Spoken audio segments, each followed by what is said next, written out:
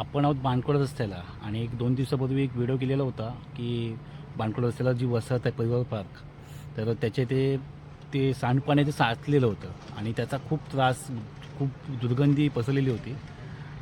तर त्याची तक्रार अशीच केलेली होती की नगरपंचायतला सुचवलेलं होतं की काय करता येईल करा. तर त्यांनी त्वरित ॲक्शन घेतली. त्यांनी मीटिंग लावली.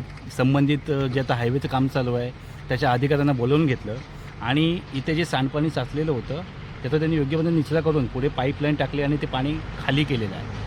आणि त्यांना अजून एक रिक्वेस्ट केलेली की हा जो खड्डा आहे इथे बॅरिकेशन करून घ्या. तर त्यांनी ते पण प्रॉपर केलेलं आहे की त्यांनी बॅरिकेशनसुद्धा इथे करून घेतलेलं आहे. आत्ता आपण बघू शकतो येणाऱ्या जाणाऱ्या ज्या गाड्या आहेत त्यांना पण त्रास होत नाही आणि इथे जे सांडपाणी साचलेलं होतं ते पण त्याचा निचरा आता प्रॉपर होत आहे.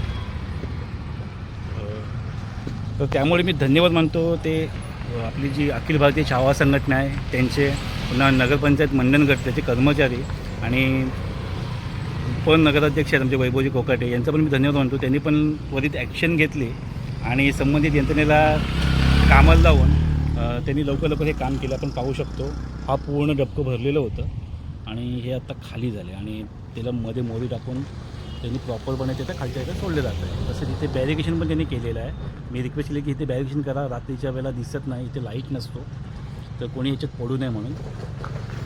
तर असं अजून एक काम आपलं यशस्वीरित्या पार पडलं आहे. त्यामुळे बरं वाटतं आहे आणि अजून अशी खूप कामं बाकी आहेत ती पण आपण लवकर करून घेऊ.